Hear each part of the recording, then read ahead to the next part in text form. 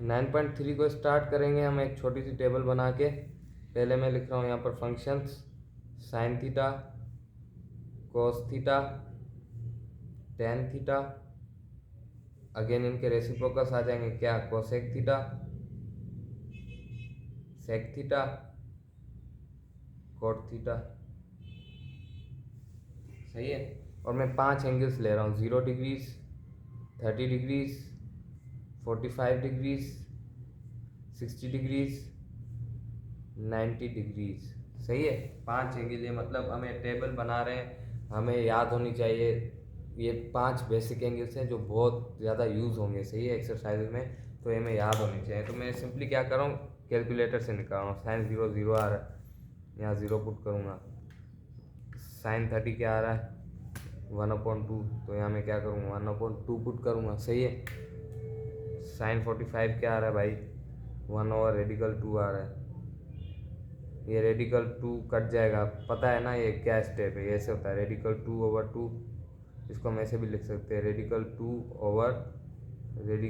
2 multiply by radical 2, क्योंकि इन दोनों multiply करो आंसर 2 ही आता है। तो ये रेडिकल 2 ये रेडिकल 2 कैंसिल, और ये क्या हो जाता है, 1/2। सही है।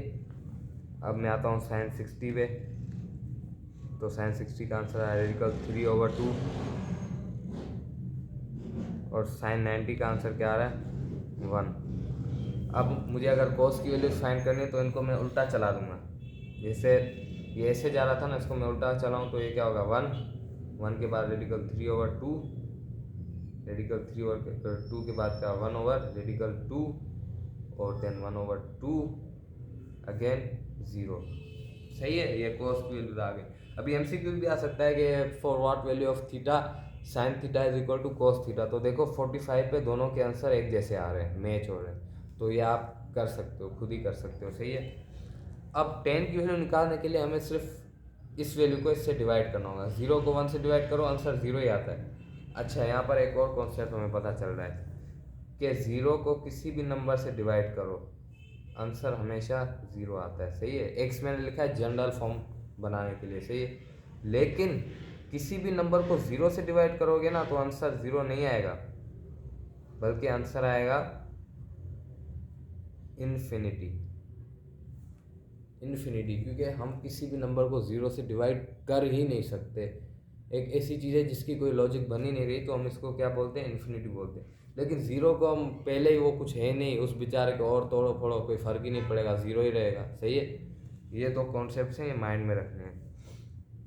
1/2 को जब हम रेडिकल 3/2 से डिवाइड करेंगे तो क्या होगा, देख लेते हैं। रेडिकल 3/2, सॉरी, रेडिकल 3/2, ये आ गया 1/रेडिकल 3। ओके, इन दोनों को डिवाइड करेंगे तो आंसर 1 आएगा। और रेडिकल 3/2 को, रेडिकल 3/2 को जब हम 1/2 से डिवाइड करेंगे तो आंसर क्या आएगा, रेडिकल 3 आएगा। ओके। और 1 को जब 0 से, सेम कंडीशन बन रही है, 1 को जब 0 से डिवाइड करेंगे, मैंने बताया तुम्हें यहाँ पर, एक्स किसी भी नंबर को 0 से डिवाइड करेंगे तो वो एक इन्फिनिटी, एक मतलब अनआइडेंटिफाई वैल्यू बन जाती है। तो 1 को जब 0 से डिवाइड करेंगे तो ये इन्फिनिटी बन गया है मेरे भाई। सही है। अब इनके रेसिप्रोकल्स निकालो।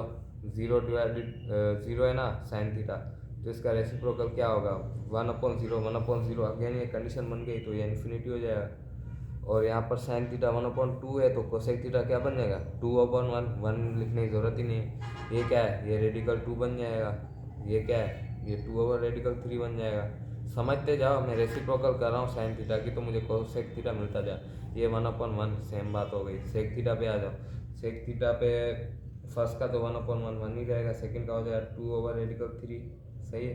थर्ड का हो जाएगा रेडिकल 2, फोर्थ का हो जाएगा 2, और अगेन 0, 1/0 दोबारा करेंगे। रेसिप्रोकल में हम क्या करते हैं, 1/, और वैल्यू को नीचे कर देते हैं। सही है। तो 1/0 अगेन ये कंडीशन बन रही है तो यहाँ मैं इन्फिनिटी लगाऊंगा। अगेन यहाँ पर 1/0 ये कंडीशन बन रही है तो मैं इन्फिनिटी लगाऊंगा कोर्ट में। ये हो जाएगा रेडिकल 3, ये हो जाएगा 1, ये हो जाएगा 1/रेडिकल 3, और 1/इन्फिनिटी। 1/इन्फिनिटी, इन्फिनिटी का मतलब बहुत बड़ी वैल्यू। सही है। अब वन को बहुत बड़ी वैल्यू से करेंगे तो वन बेचारा तो बिल्कुल ख़त्म हो जाएगा, तबाह हो जाएगा। तो इसको हम क्या करेंगे, इसको हम लिखेंगे 0। इससे हमें क्या एक और कॉन्सेप्ट मिला कि 1/इन्फिनिटी या कोई भी नंबर उसको इन्फिनिटी से हम कर रहे हैं, x/इन्फिनिटी इज इक्वल टू 0, क्योंकि हम किसी भी नंबर को इतनी बड़ी वैल्यू से डिवाइड कर रहे हैं जो इनफाइनाइट है, जो काउंटेबल ही नहीं है, तो उसके तो हवास भागता हो जाएंगे और वो 0 के इक्वल हो जाएगा। टेबल का कॉन्सेप्ट ख़त्म। सही है। एक और कॉन्सेप्ट बता देता हूँ, इतना इंपॉर्टेंट है तो नहीं लेकिन बता देता हूँ, एक ट्रिक है। मतलब बगैर कैलकुलेटर के भी हम साइन की वैल्यू निकाल सकते हैं। कैसे? यहाँ पर मैं लिखूँगा 0 1 2 3 4। क्या किया मैंने? काउंटिंग लिखी है सिंपल, 0 1 2 3 4। क्या करूँगा सेकंड स्टेप में? सबको 4 से डिवाइड करूँगा, 4 4 4 4। 2 स्टेप हो गए, काउंटिंग लिखी और उसको 4 से डिवाइड किया। थर्ड स्टेप में मैं सबका रेडिकल लूँगा।